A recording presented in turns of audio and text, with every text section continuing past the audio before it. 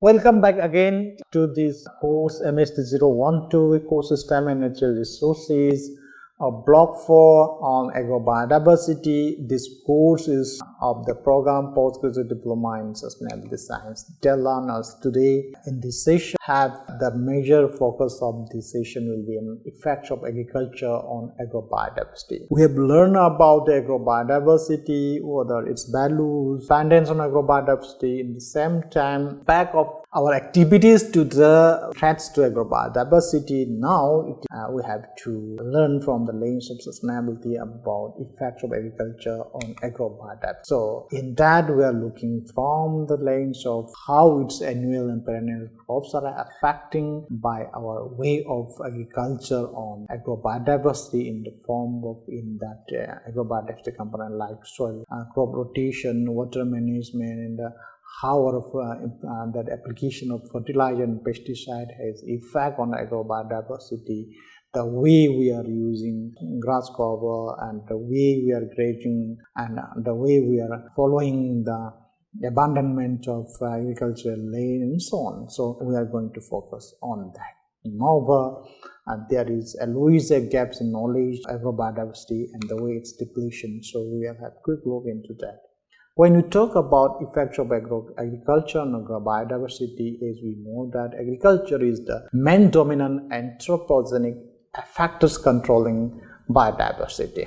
No agricultural area represents a majority of the land area of many countries. Like for example, say 75% in England, 60% in France, 57%. Approximately, these are approximate value in India. There are geographical area and agricultural areas. Well, recently our preoccupation with biodiversity losses are mostly focused on the destruction and transformation of natural habitat. Numerous human-managed landscapes also contain species diversity that are comparable to those of natural ecosystem, with in particular the persistence of numerous threatened species. If the conservation of biodiversity is to be based on the protection of this 5% of the currently existing natural habitats to be successful, it will also be required the recognition of remainder of the area of a country. So the agricultural region of numerous countries are over 2,000 years old. We know that over the time a large number of wild species have become adapted to these landscapes, with the result of being the development of species reach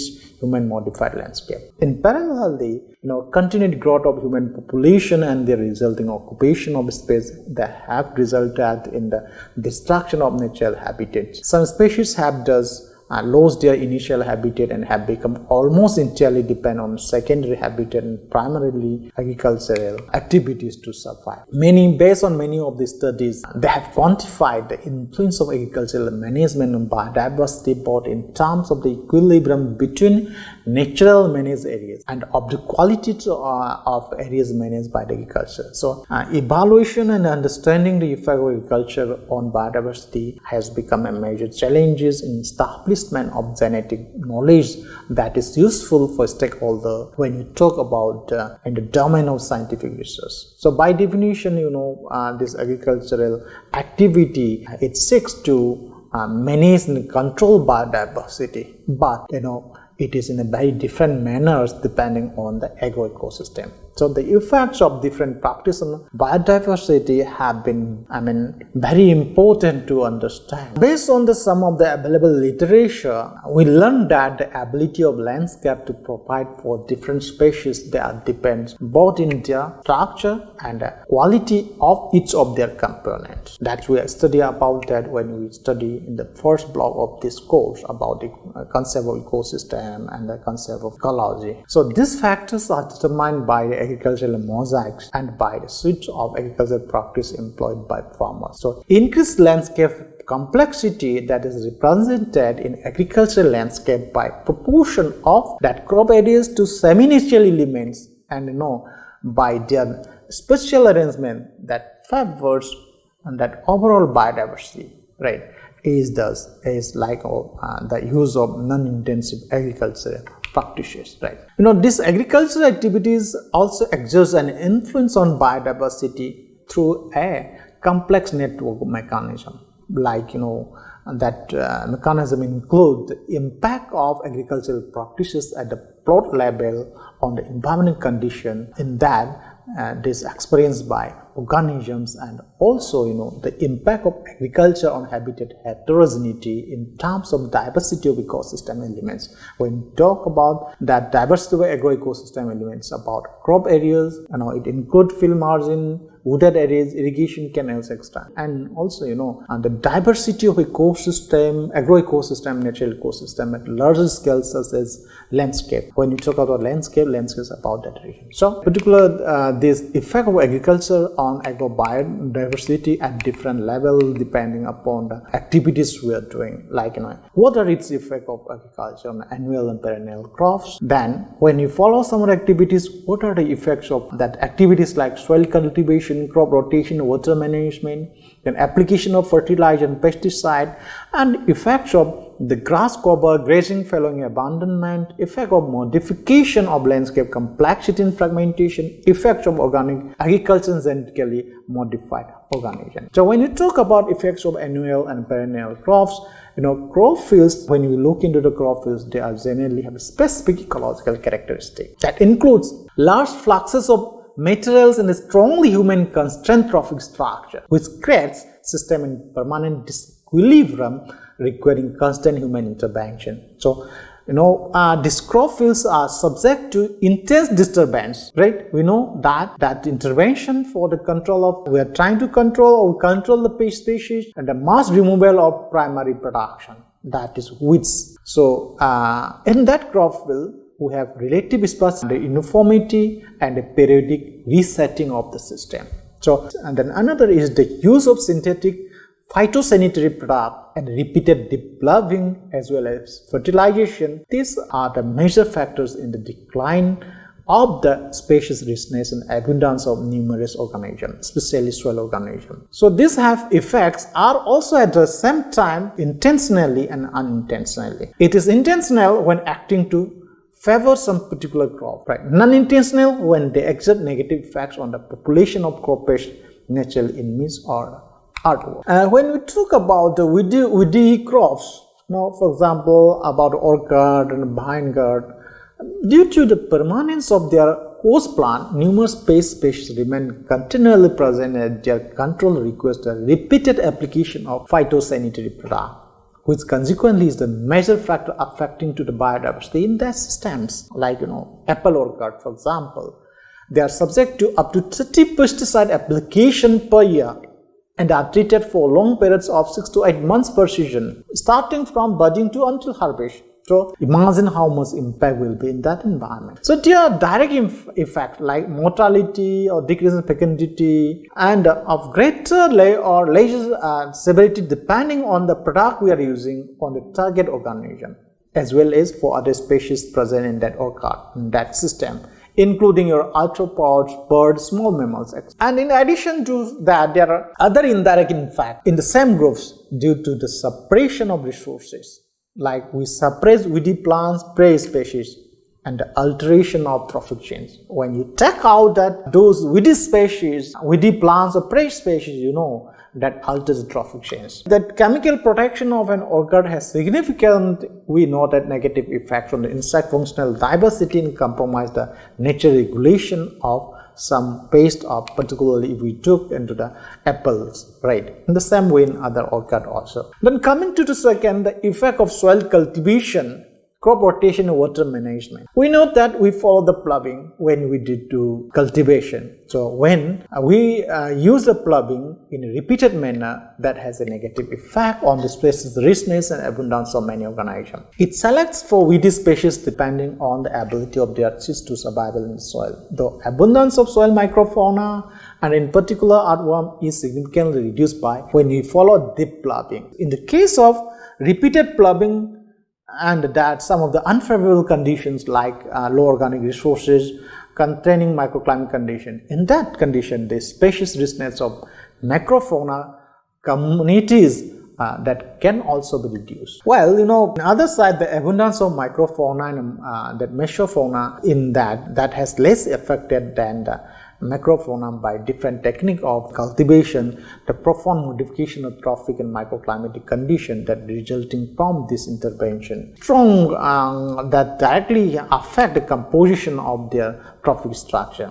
We also know that crop rotation induces higher densities and diversities of soil organisms than continuous cropping. Observation as based on some of the experiment, it observed, and it's kind of that impact we are observing, that is talking about crop rotation, that talk about higher densities. No, that is effective when we follow in a perennial, or we introduce a perennial plant into that rotation, right?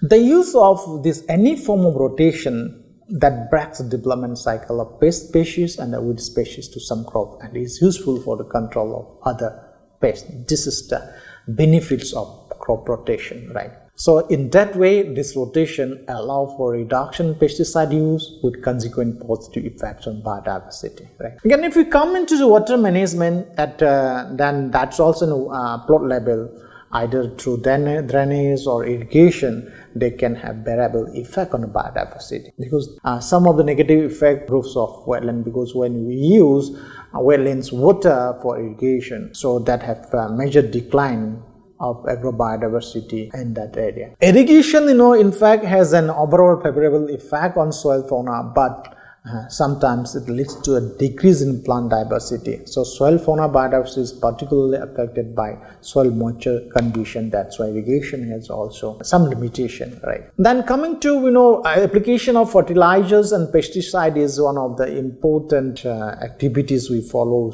or input in modern agriculture, right? Crop fertilization, we know that has globally positive result on the abundance and growth of living organisms in the soil and vegetation, as long as this does not reach a toxic level.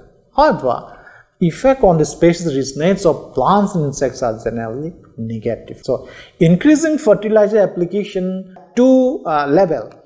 First, on communities of soil organisms, that is directly affected by changes in physical and chemical environment with a consequent effect on species richness and composition. And secondly, on the biodiversity of organisms that link to the nutritional status of plants through modification of trophic change. So in general, the increase in fertilization allowed by the use of synthetic fertilizers that has resulted in homogenization of many environments in terms of resource availability, and that has led to the disappearance of many species that is adapted to low nutrient environment, and sometimes the replacement of specialist species by generalists like birds. So, like nitrogen fertilization, this is one of the factors responsible for the decrease in species richness of crop fields, and it's when we follow that not only that crop fields that also have impact on the adjacent boundary areas.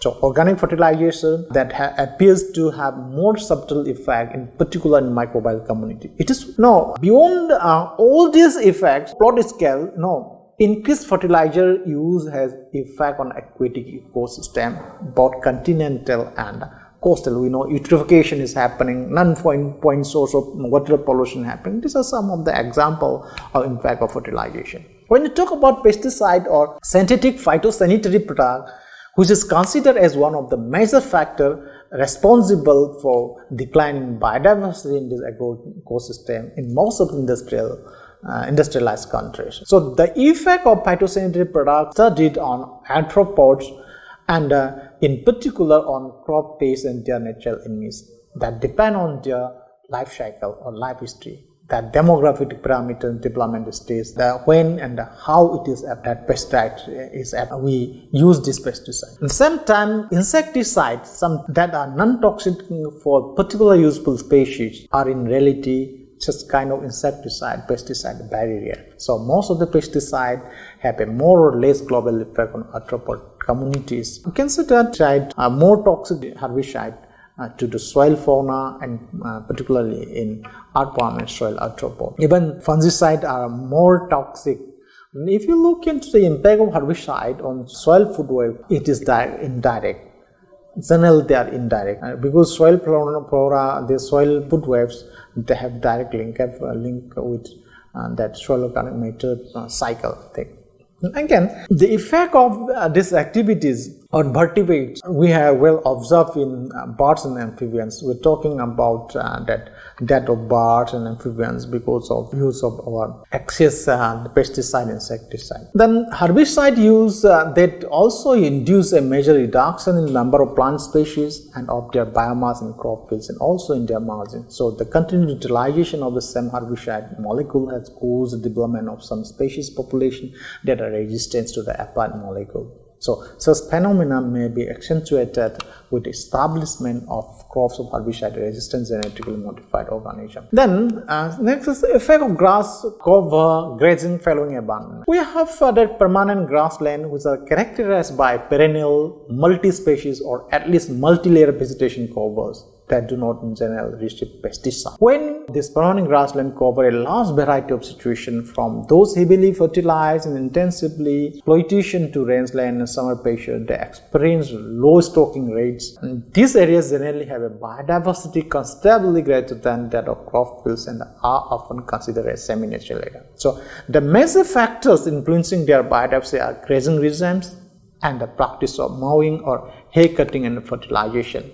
So in general, this high grazing intensity that tends to have a marked negative effect on the species richness of different types of organisms, plants, arthropods, small mammals, and soil fauna. However, if you look into that particularly bird community, the bird richness, they may be high in heavily grazed pasture, even if the abundance of the species is reduced.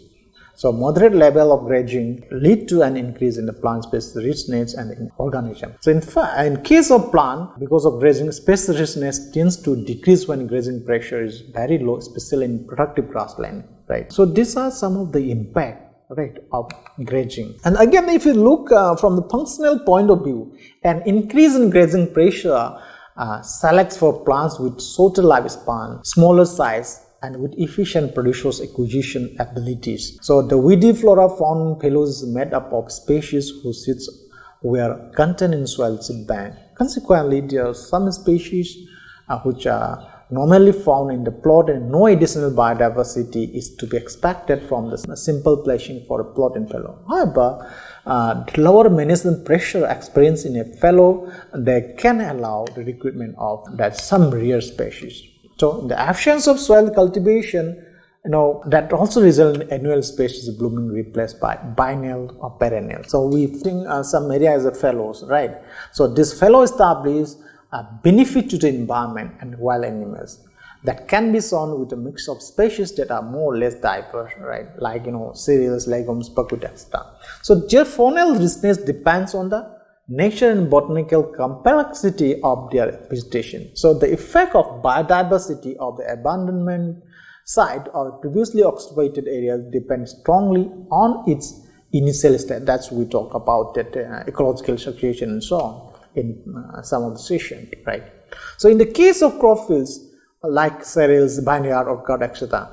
In these crop fields, they are characterized by an environment initially poor in species. Species richness increases during the first few years of following that abandonment for practically all groups of organisms, including your microorganisms. So in functional terms, abandonment leads to a replacement of plant species with a short lifespan, small size, wind dispersal, and high resource acquisition abilities by species with opposite characteristics and which are often animal dispersed, especially in forest states. What are the effects of modification of landscape, complexity and fragmentation? If you look historically, the development of agriculture has been accompanied by major transformation of landscape and the destruction of natural habitat. If you say precisely, land use change and the modification of agricultural practice, they become it was in a higher intensity, that height means towards greater intensification, especially since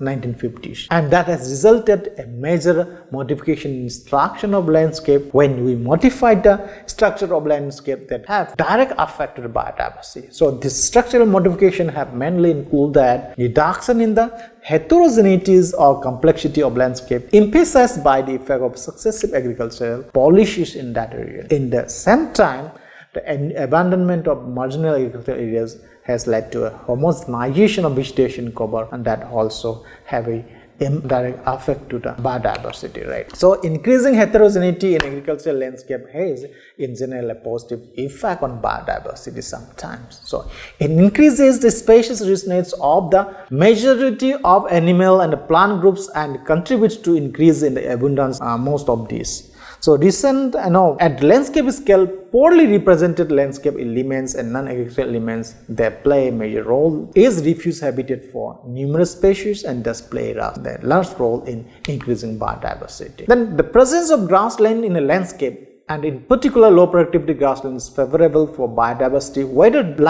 for birds, earthworm, or soil microbes. So the effect of landscape structure, they are generally more pronounced for above ground arthropods and vertebrates than for plants, soil fauna, and microbes. So from a functional point of view, landscape heterogeneity favors insects that are pollinators or natural elements of crop pests and limits insect pests. So landscape homogenization that finally leads to a simplification of communities by decreasing the presence of rare species and increasing that of common species. Landscape heterogeneity, agricultural practices and product system, they act simultaneously on biodiversity, sometimes in synergy and sometimes in opposite with effect on of one limiting potential effect of other. Then effect of organic agriculture and genetically modified organism.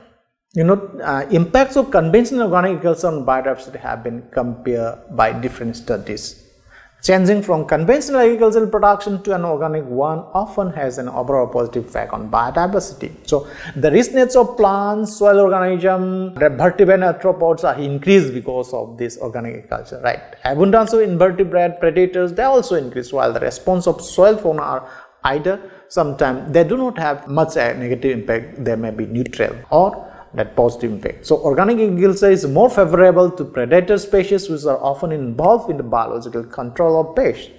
For soil fauna, the beneficial effect of organic agriculture occur not only in crop fields but also in neighboring marginal hedgerow. So adopting organic agriculture practices, it will have a few effects on biodiversity in simplified, intensively managed landscape due to lack of source population. However, if you look in landscape that retains some semi-natural habitat and the source population, organic agriculture, that has a positive impact. Coming to the impact of GMO, means genetically modified organisms on biodiversity, they are specific to the varieties cultivated into the gene introduced. In general, this consists of varieties resistant to a non-selective herbicide or mate tolerant to an insect pest. So in the case of resistance to the herbicide, the effect include more complete vegetation removal, including the field boundaries also. The consequence of this may include that decrease in population dependent on weedy species,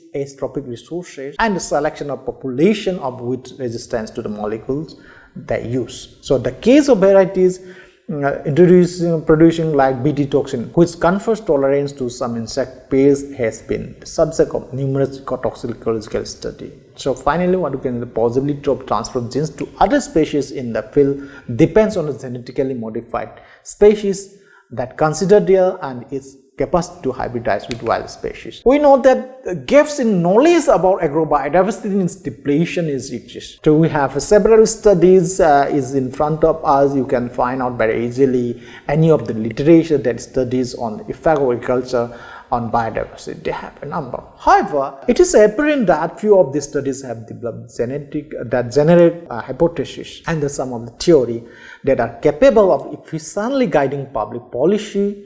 Now, there is certain reason for this. This have been explained in some session also. When you talk about the biodiversity, it's a biological. It is a variety and variability organism.